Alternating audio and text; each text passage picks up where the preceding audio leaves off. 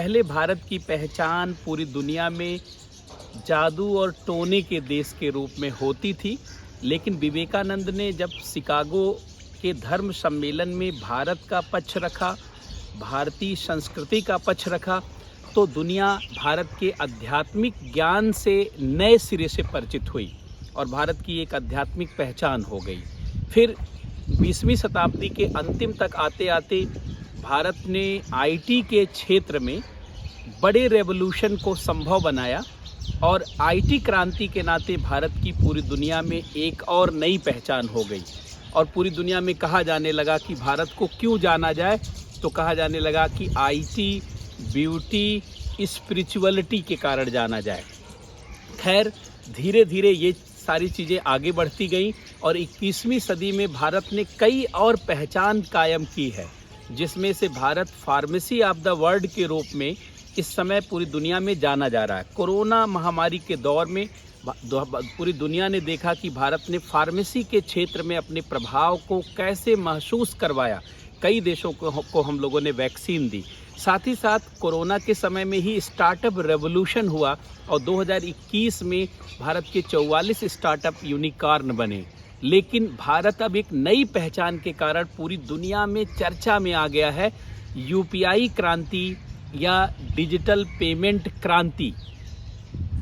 और ये बात तब और महत्वपूर्ण हो जाती है जब आईएमएफ जैसी संस्था ने कहा कि भारत के इस जो है उपलब्धि का, भारत के इस क्रांति का लाभ दुनिया के अन्य देशों को भी उठाना चाहिए और इस तरीके का प्रयास करना चाहिए। जी हाँ, आज के संवाद श्रृंखला में हम लोग इसी विषय पर बात करने वाले हैं, यूपीआई क्रांति या डिजिटल पेमेंट क्रांति, डिजिटल वॉलेट पेमेंट क्रांति।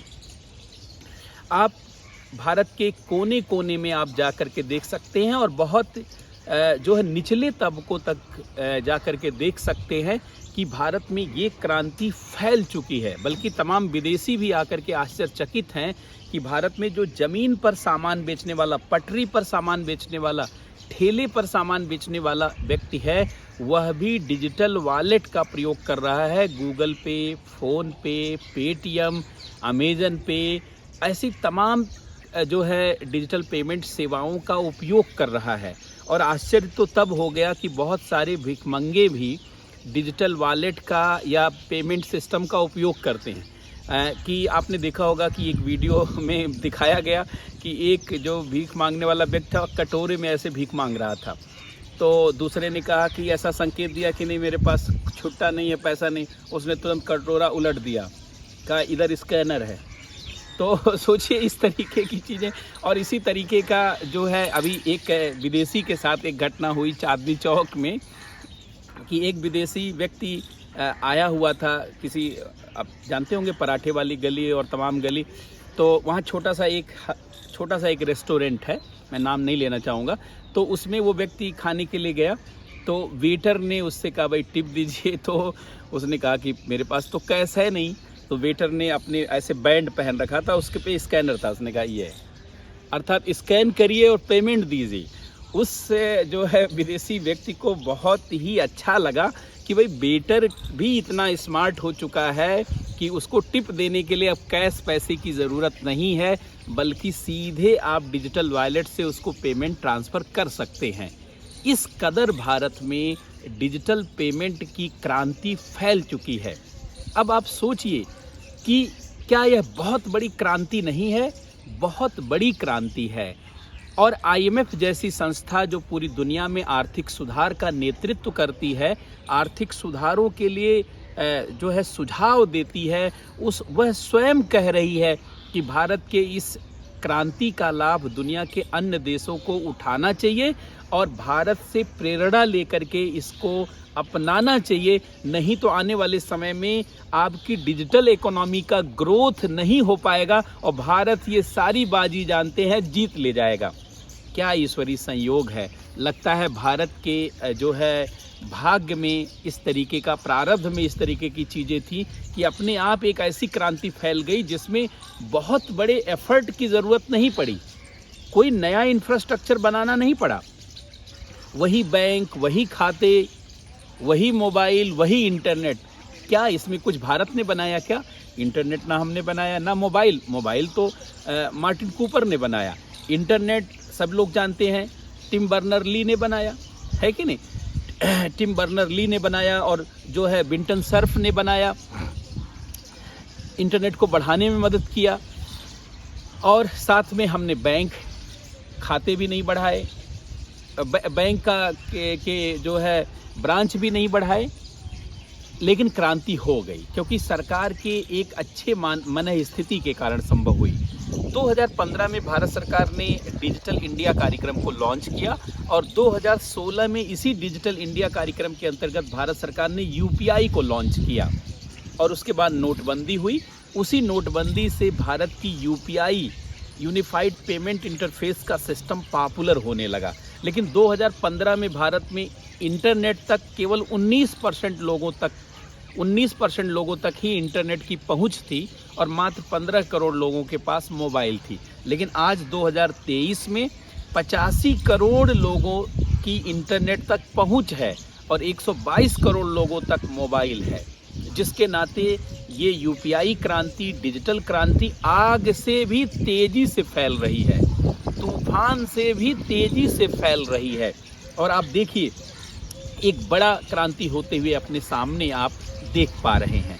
2022 में माना जा रहा है, 2022 में डाटा है कि 782 करोड़ ट्रांजैक्शन हुआ, जिससे 1,26,000 करोड़ रुपए का पूरा ट्रांजैक्शन डिजिटल पेमेंट के माध्यम से हुआ है। इसने स्थानीय स्तर पर और निचले स्तर पर अर्थव्यवस्था को बूम देने का काम किया है। कभी आप किसी ठेले वाले के पास जाएंगे, कभी किसी रेहड़ी और पटरी ज़मीन पर सामान बेचने वाले के पास जाएंगे, ऑटो वाले, रिक्शे वाले के पास जाएंगे, या इवन फूल बेचने वाले किसी व्यक्ति के पास जाएंगे, और इसमें ऐड कर लीजिए भीख मांगने वाले व्यक्ति के पास भी जाएंगे, तो ये सारे लोग आपको इस क्रांति से जुड़ते हुए दिखाई देंगे। हो सकता है बहुत धनी व्यक्ति ना जुड़ा हो, क्योंकि उसके अकाउंट में ज़्यादा पैसा होता है, वो सोचता है कि सारा जो है कहीं साइबर क्राइम ना हो जाए, लेकिन सारा छोटा व्यक्ति इस क्रांति से जुड़ चुका है। इस क्रांति को सफल बनाने में कौन से कारक सहायक है? एक तो भारत सरकार के द्वारा 2015 में शुरू किया गया डिजिटल इंडिया मिशन, और 2015 से ही भारत नेट योजना की शुरुआत हुई। ऑप्टिकल फाइबर के माध्यम से इंटरनेट को गांव-गांव तक पहुंचाने की बात की गई, और सैटेलाइट का पेनिट्रेशन बढ़ाया गया। नंबर 1 डिजिटल इंडिया मिशन इसमें सहायक रहा। और नंबर 2, 2014 में भारत सरकार ने प्रधानमंत्री जनधन योजना की शुरुआत की, जिसमें जनधन खाते खोले जाने लगे, और कम से कम हर गरीब व्यक्ति के पास एक खाता होने लगा।